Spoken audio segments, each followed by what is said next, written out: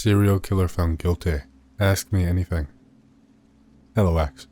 As the subject says, I'm a serial killer that just a few days ago was found guilty of 2 of my murders. Sentencing is coming up on June 15th and will likely get anything from 20 years to life. But what this threat is mostly about is the fact that I got found guilty at all, or even investigated as a suspect to begin with. I believe that some occult or clairvoyant method was used by the police or judicial system outside of trial to confirm that I did it, and then the trial was interfered with to make sure I was found guilty. I know this sounds ridiculous, but I have no other explanation for why the jury found me guilty, due to a lack of any evidence to speak of whatsoever. Up until the day we went into jury deliberation, I was set to get off scot-free. The jury was on my side, my lawyer was happy enough with the outlook, and the prosecution had basically all but given up. But somehow, that morning, everything changed. It was like everyone in the courtroom wanted me to hang. Even my own lawyer seemed to have changed his mind on my innocence. Seriously, I had put in almost an entire year's worth of work in planning my murders, and by the time I moved forward with the crimes, I had already decided on 5 of my total 7 victims. Before the police got to me, I had not committed any killing in 8 months, so it's not like the killing only stopped when they zeroed in on me. I put so much work into just making sure I could not be connected to any of the murders, or that they'd even have an easy time deciphering them as serial killings. But somehow, the police arrived on my doorstep, and within 3 months, I was on trial for 3 of the total 7 killings, and I was basically on trial for all 7 because of the prosecution's inability to leave the other 4 out of the trial, despite multiple reprimands from the judge. I'm willing to answer as many questions as I can, but I will withhold some facts because I still hold out hope for future appeals and possible exoneration. I don't blame you for not believing me. I wasn't really able to post much in the OP post because it was way too long, and I had to shorten it down. My trial and killings weren't really in the news because it took quite a while for the police to even realize they were serial killings. I had chosen pretty awful people with lots of enemies and run-ins with the law so that the cops would zero in on people who had actual motives. I also kind of hoped people and police would be uninterested in ever finding the killer. If this is true, you will be able to post some kind of evidence. Even if your trial didn't receive broad media coverage, there will be a local news story, pacer reports from the trial, something. As of now, you've presented nothing that lends your claims in credence, so why would anyone ever bother playing into them? If you're being truthful, this would be a fascinating topic, but without any indication that that's the case, it doesn't seem worth the effort to establish a dialogue. If you're mentally ill enough to serial kill people, it is possible you're also mentally ill enough to have issues with your perception. You're sitting there, thinking you've committed the perfect crime, and you appear above reproach, yet everyone else just sees a creepy guy who comes off like a serial killer. I'd say that's more likely than witchcraft being used against you. All that being said, ever seen The House That Jack Built? If so, what did you think? Well, I can't really do that, considering that it could be used as a clear admission of guilt in the other 4 killings if this thread got archived and used as evidence. And while the no news station or anything ever really put forward as any of them being serial killings, I am suspected in all 7 by the police. And, well now, convicted of 2 of those. But as I said, I think I might be able to get exonerated of those as long as I maintain my innocence. The Midwest, but I killed all over my state. I would have gone out of state, but in the event the police connected any of the killing, it would have then been the FBI's jurisdiction, and I wanted to avoid that because their investigators are a lot better and have very good computer science investigation skills. That could be true. I can't say I've never questioned my sanity before. Sometimes in my life, I thought I had some sort of impact disorder or something because people had very different reactions to things than I did. Although several years ago, I just came to the conclusion that I was some sort of socio/psychopath after my brother died. Just so many people around acting like the sky was falling, but I just could not really relate or understand why they cared. Like, I get it. He was your son, boyfriend, friend, coworker, but considering all that, he was just a selfish prick in my eyes. No, I never saw that movie, sorry. Sounds like psychopathy. Can you describe what love or being afraid feels like to me? You should check out that movie before you go in. It's about a serial killer who fate just saves from getting caught time after time. Would be interesting to hear a serial killer's thoughts on the depiction of a serial killer. The problem is, when I was a kid, I remember having a lot of emotion, liking girls, crying at summer camp because I missed my mom, stuff like that. But as I got older, it just got harder to feel things like that, and soon, towards my late teen years, it just boiled down to being frustrated or annoyed, and only being satisfied when I was left alone, uninterrupted. I mean, I started getting pissed even when people complimented me, as if I even cared about their approval. Even worse, when I was at school or work, and there was a workplace or social drama, and people expected me to play this stupid game of picking sides and talking crap about people the moment they weren't in earshot.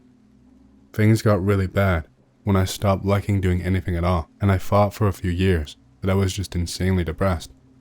That's part of the reason that I started thinking about killing people, because I hated interacting with people so much, but also had no reason to even do anything but work to live and constantly be surrounded by what I thought to be crazy people.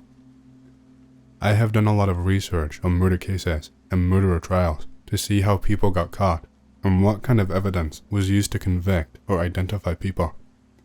I quickly stopped looking at serial killer cases though, since most of those were lunatics or perverts who only really got away with it because of police inadequacy, or as you said, fate or sheer luck. I'm starting to see that I'm not doing a great job at explaining myself. The build-up was a lot more complex than I can really put into words, and I will admit, unlike most people, that I do things and just kind of reason or rationalize my actions after the fact. I can't really explain why I wanted to start killing people, or if it was inspired by anything I saw. What I can say is I really started drama on purpose, and didn't really know why they did anything, and if they didn't have this pointless crap in their lives, they'd realize they had sad empty lives with no greater purpose. A lot like me, but I was willing to admit to myself. Didn't answer my question. In your studies, did you come across the guy who stashed murder boxes all over the country in random places? That's how you don't get caught. You kill completely at random and have no connection to your victims. He eventually turned himself in because he got bored. I looked at some cases where people hid the bodies, but I never came across that one. In many cases where people hid the bodies were cases where it was a family member, a lover, or someone who was abducted, but I never did anything like that.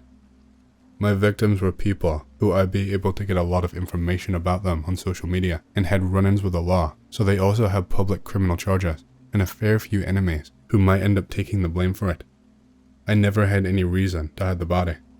I'd plan very carefully where I would kill them and how I'd get away, only really taking the time to retrieve the slug. As I said, I left no evidence behind. The only thing that tied me to the murders is that I used a black powder pistol, and there was black powder residue at the crime.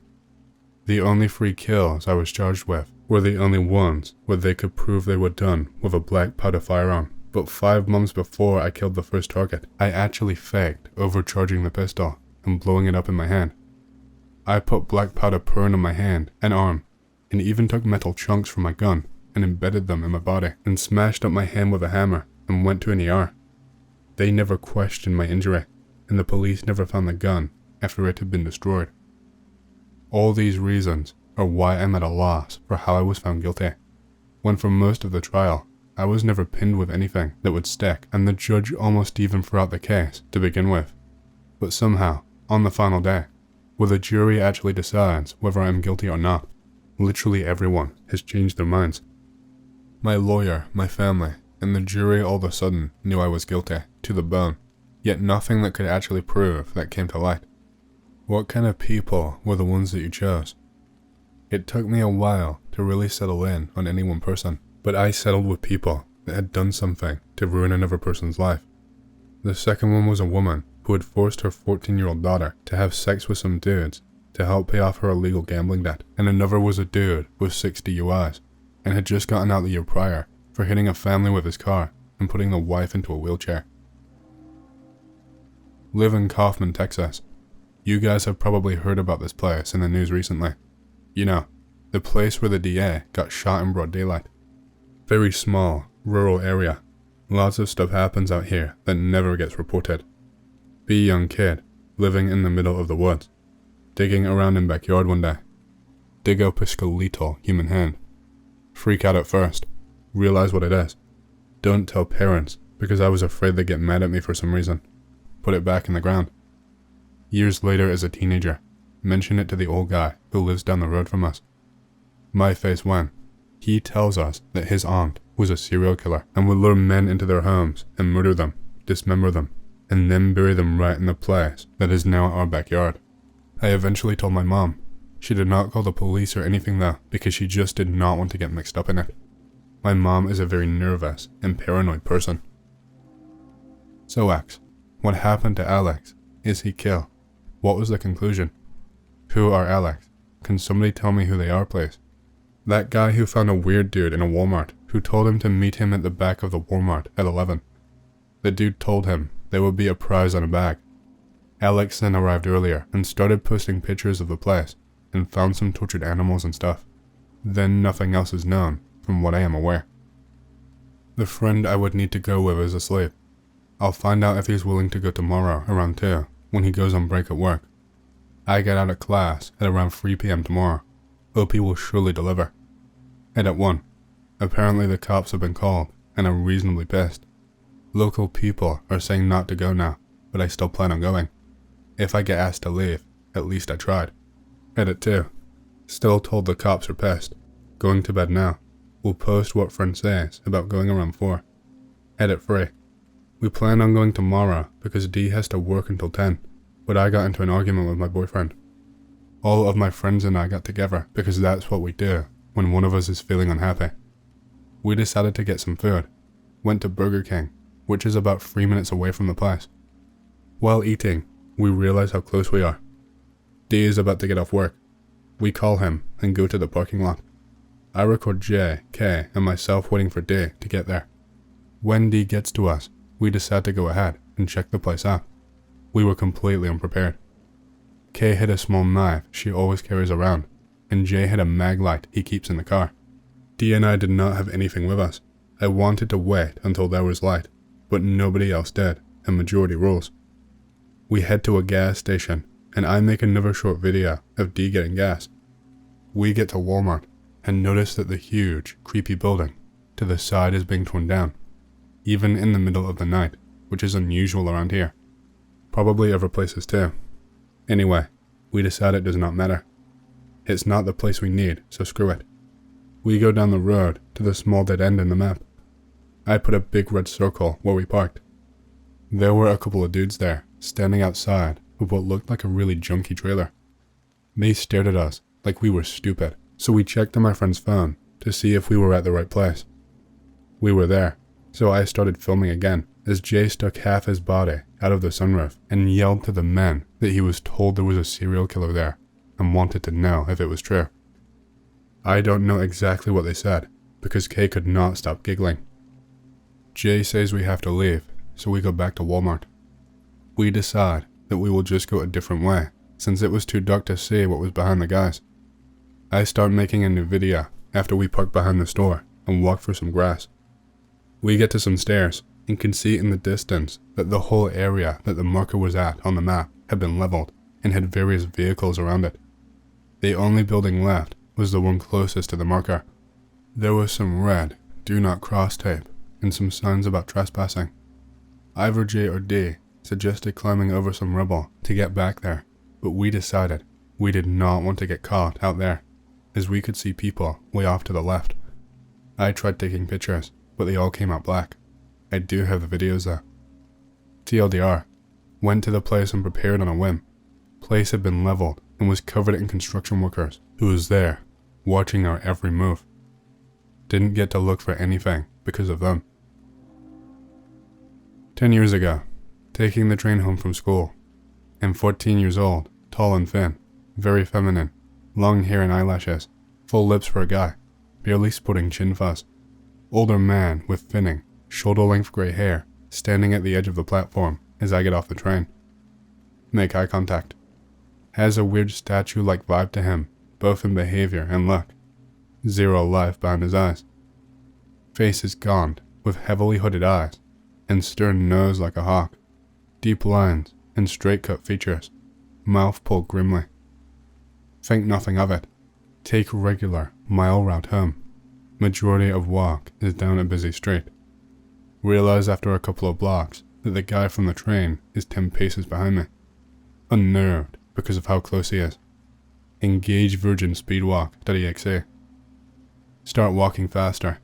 Take an unusual turn off the main road. He is still following me, keeping pace. Make 3 lefts. He starts keeping his distance, but still following me. Managed to text my older brother. Total neckbeard autist, but built like a Scandinavian gorilla, and attends a LARP group that dress up as knights and beat the crap out of each other with thick swords. He has a pretend claymore made out of an old pipe. He tells me to come out to meet him at a certain intersection. Look behind me quickly. Old guy is 5 feet away with this angry look on his face. Break into a run and see my brother.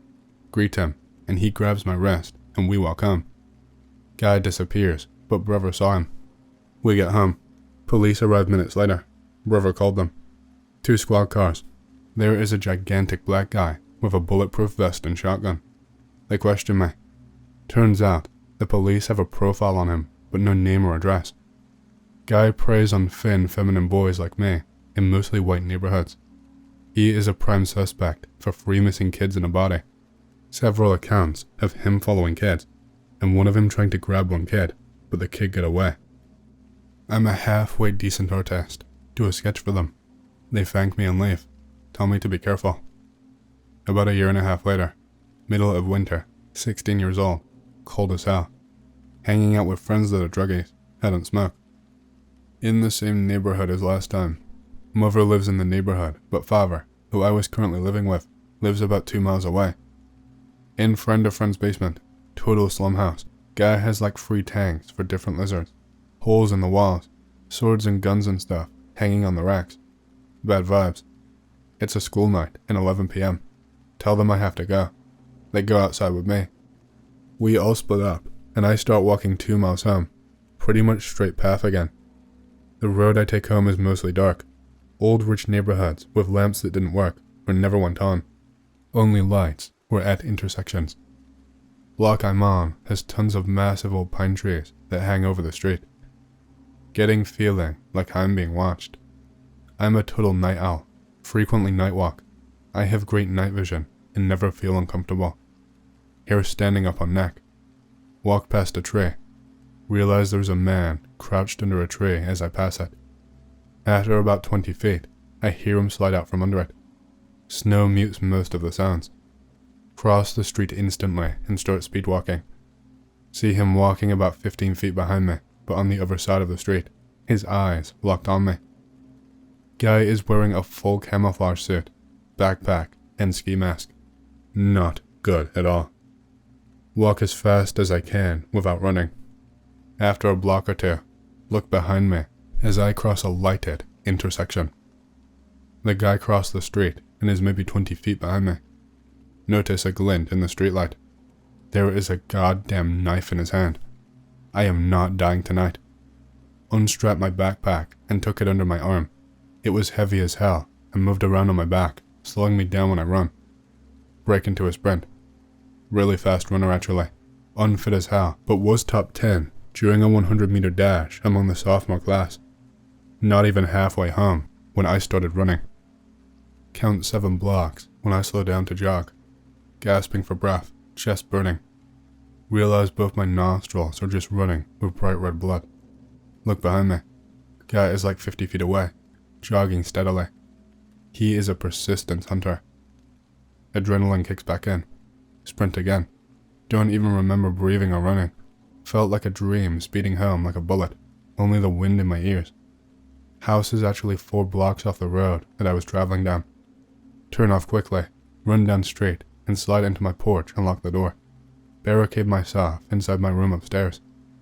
Coughing up blood. Nose is bleeding.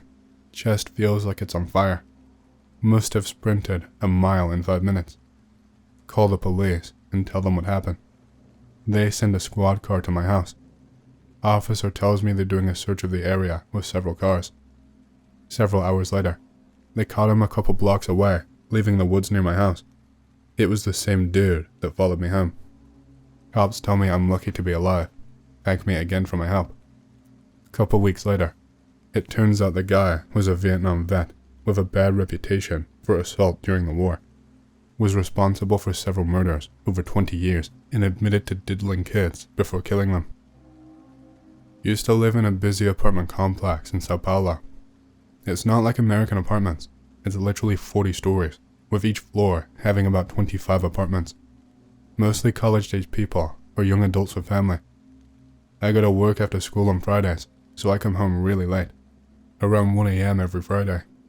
I live on the 11th floor, so I ring the elevator. The elevator comes, eventually makes its way down, and the door opens. I walk in. The elevator traffic is usually busy at night anyway, so I didn't mind the man who was in the elevator, dressed to conceal himself. He had donned a ski mask and had black gloves. It's just him and I.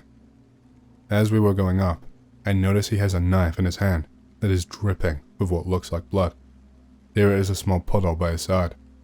I ignore this out of fear and quickly exit the elevator once my floor was reached, and quickly go into my place and lock the door. The news reveals a murder occurred that day. I didn't directly go to the police, as investigations are inconvenient in Brazil, and I can't miss work days. A police officer comes and knocks on my door the following Tuesday and asks if I've seen anything to help the investigation. I tell him no, I did not see anything. He thanks me for my time and takes off. A week later, they televise that the suspect has been caught. It's the police officer that came to see me. Did I kill someone? When I was in high school, there was this kid who I really hated because he was a ridiculous overachiever. He had never gotten a B in his life. He was studying to be an engineer and planned on going to MIT once he graduated. He was also a musical virtuoso and was very interested in obscure history. He made many genuine attempts to befriend me, but I had a lot of trouble concealing my disdain for him. I resented him for making me feel stupid whenever he was nearby, and I held that animosity toward him for a long time. It was never intentional. He was never deliberately condescending, but still.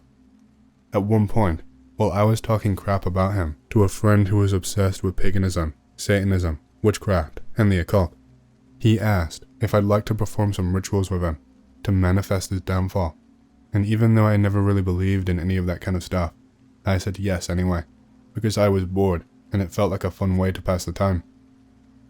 We lit a bunch of candles. We held hands and recited incantations about illness and unhealth. Within a few months, that kid developed a glioblastoma multiforme that killed him in less than a year. He wept about not wanting to die very often. Watching him wither away so rapidly like that was one of the most horrifying things I've ever seen in my life. I still don't necessarily believe I caused that, but still, what a wild coincidence. I think human brains are built to disregard coincidence and seek patterns. What I did bothers me on a subconscious level, even though consciously, I know I really had nothing to do with what actually happened. I should have just gotten over myself and been kind to him anyway. He was a very lonely kid. May 1980, 10 years old. Outskirts of Joliet, Illinois. Living outside of town. Serial killer who broken into 3 rural homes in the area. I convinced Mom to let me bring the .22 to take the trash out. I see a car coast to a stop near the driveway. I run to my porch and turn the floodlights on. See a man wearing a ski mask. Shoot. He turns to run. Falls. Shoot again as he's lying on the ground. His body wrenches in pain. I shoot again. Hit again in the canter of his back. He stands, realizing some seriously disturbed person is shooting him. 21 rounds. 2 clips plus 1 in the chamber. Ran up to about 20 feet. Kept shooting him as he got in his car. Definitely put 15 plus rounds into him. Yard was covered in blood in the morning. Serial killing stopped. Never heard a thing. Really messed up memory to have, repeatedly shooting a wounded man and all.